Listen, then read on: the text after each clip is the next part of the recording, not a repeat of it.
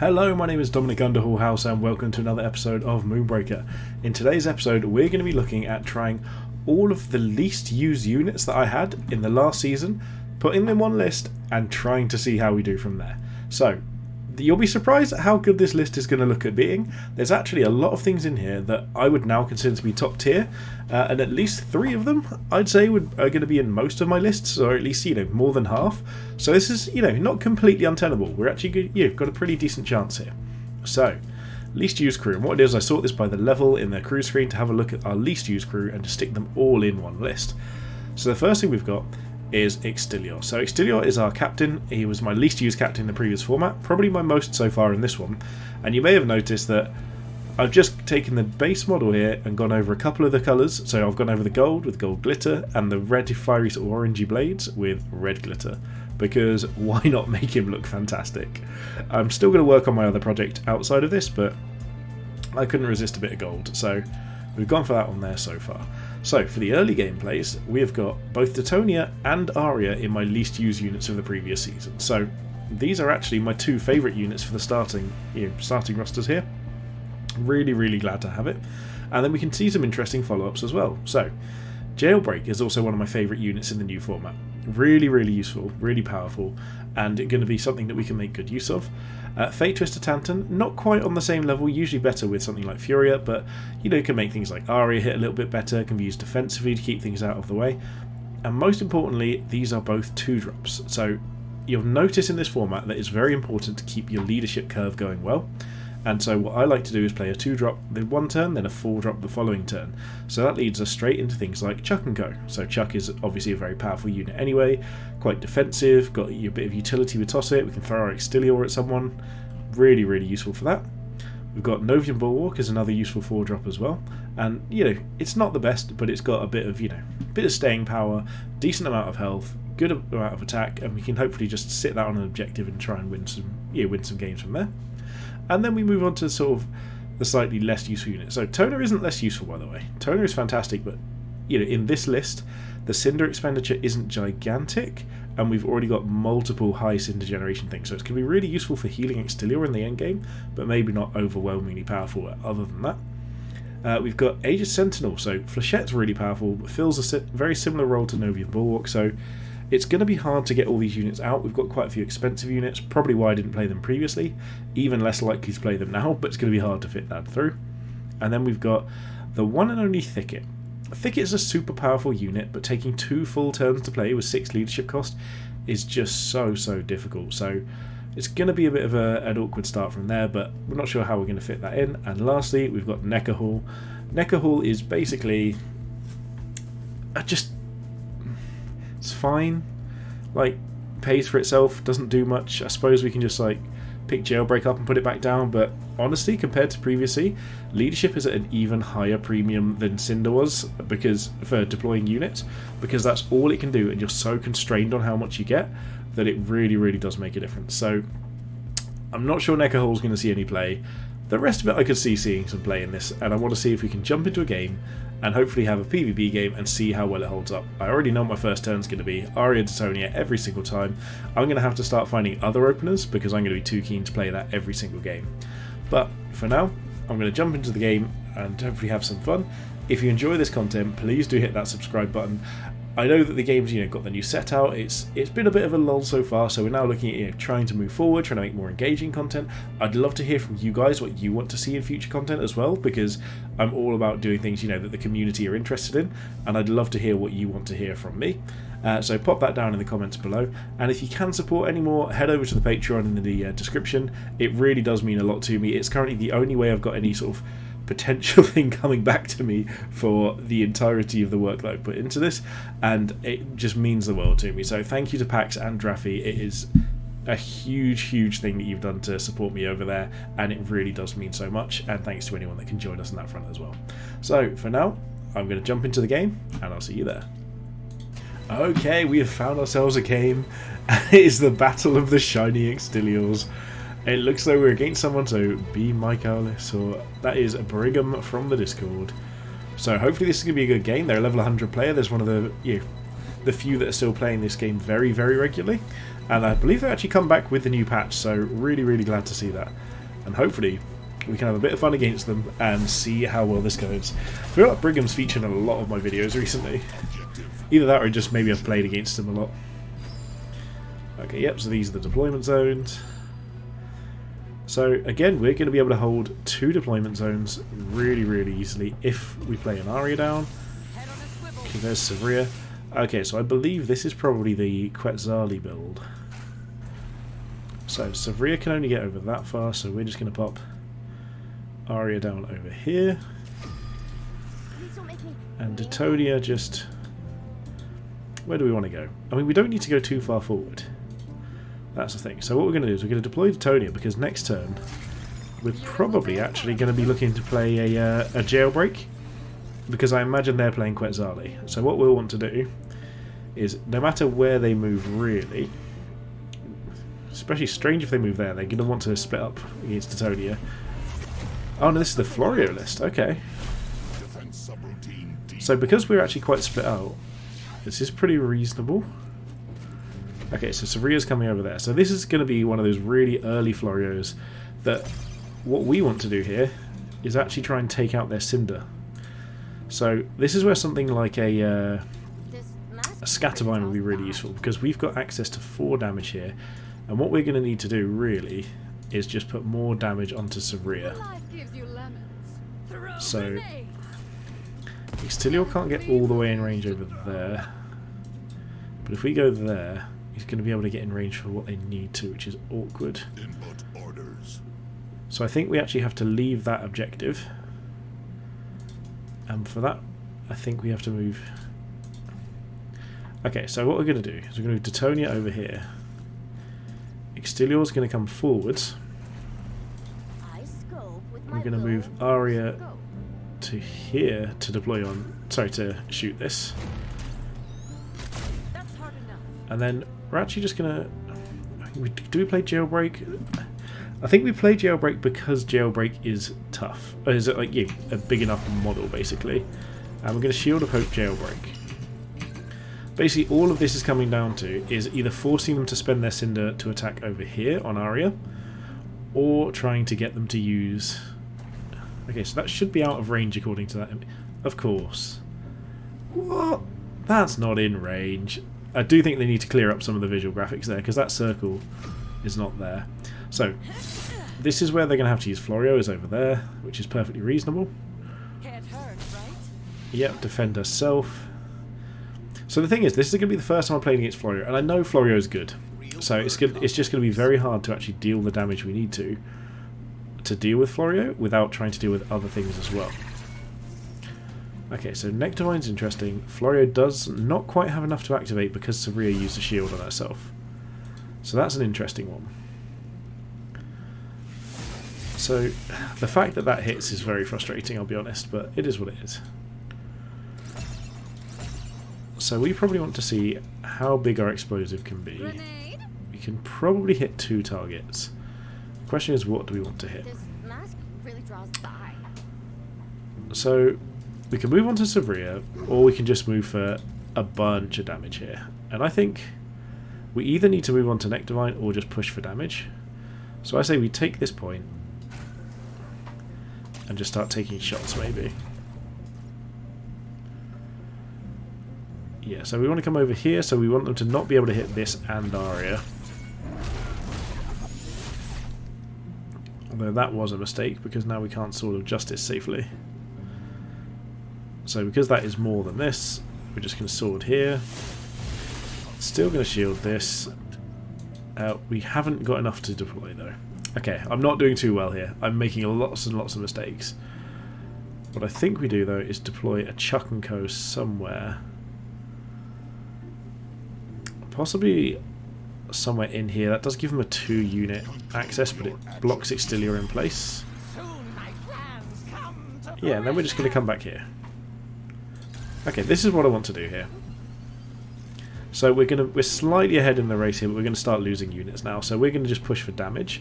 They're going to be healing off of Nectavine, but it's only 2. We've obviously lost that. We knew that was coming. We're basically, what we're trying to do is we're trying to get to a position where we can start moving on to Extilior with the intention of them letting something else get vulnerable, but I don't know how we're really going to do this. They're going to heal 2 at the end of this turn, but if they don't move Extilior, we can at least chuck him into a different location, or we can just chuck the plant away, to be honest. Chucking the plant away might be better, because then we can move... Although if we chuck Extilior out, we might be able to get onto Florio as well, which would be pretty nice.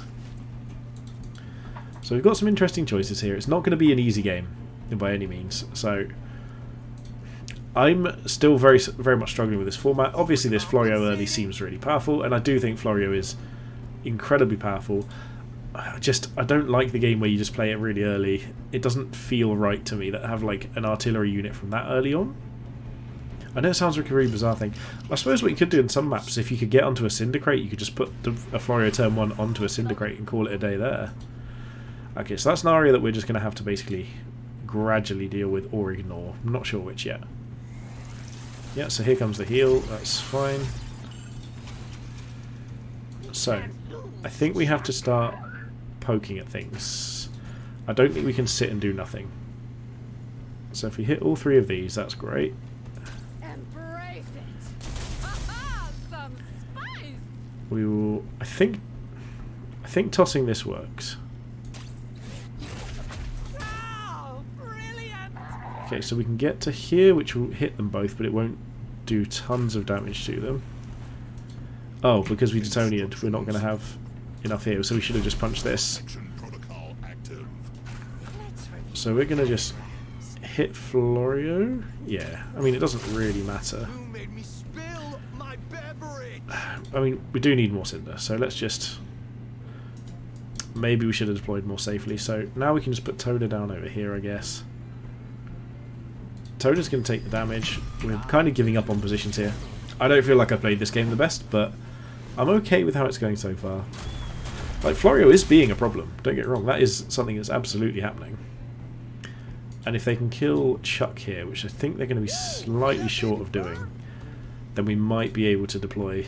So I might be able to kill Florio and start playing that game. The fact we've got Tona here, and they're going to have to use Aria to kill it, is useful, but it's just a shame we couldn't play it far enough away to not also hit Chuck. Maybe there was a place down here I could have gone, but then they might have just gone this way, so... Oh, they're pushing Chuck instead. Okay, yeah, that works. I mean, at least then we get access to Tona. And this is a really big Extilior spin, so if they hit us here, we hit them back, but then we get to sit in the middle of them and deal a bunch of damage. I actually think this is not bad positioning for us. I think we're doing okay. I wasn't feeling good about this, but if we can get damage onto all of these, you know, we're very close to killing it. Okay, so deploying something would be useful for them, especially if it keeps us off of things. That is their Axle Pyro. Okay.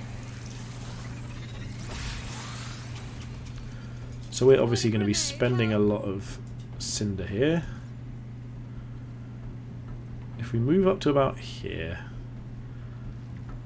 maybe we can get all 3, it looks like. That's perfect.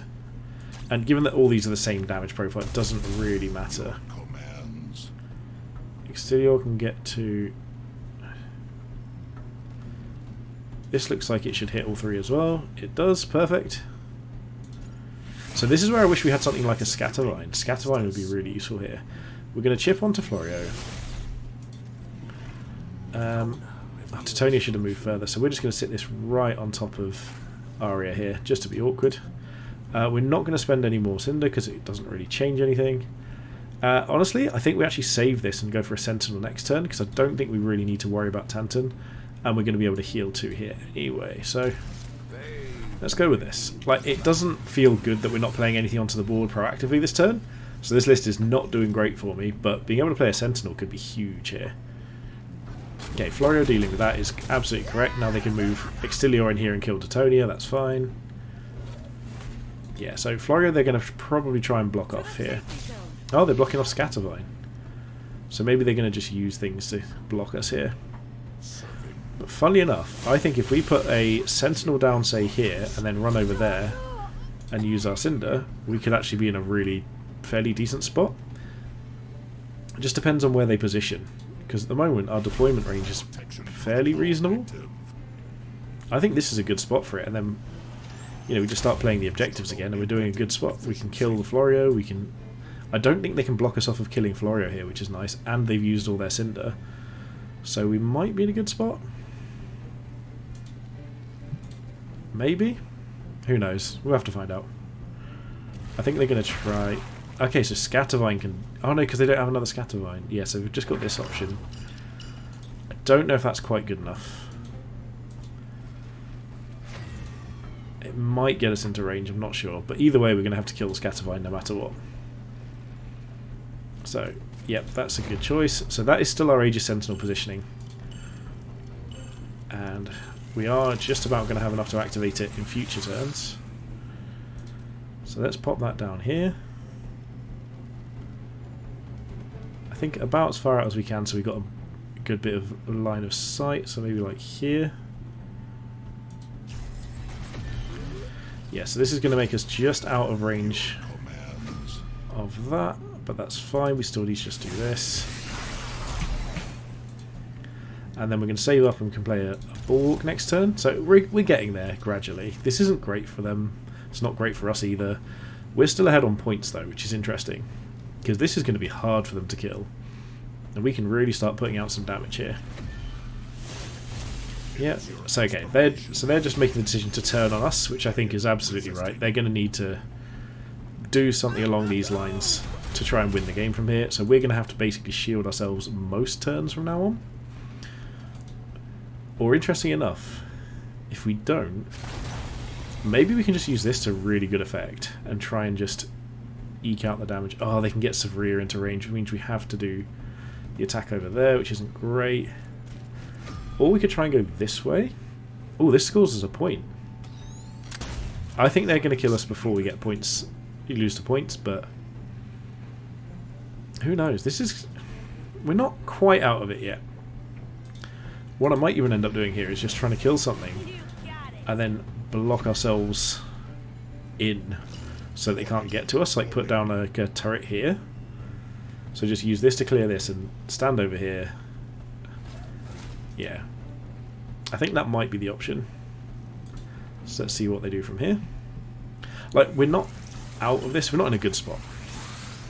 The question is, can we get onto this point and be in base contact? I think we can.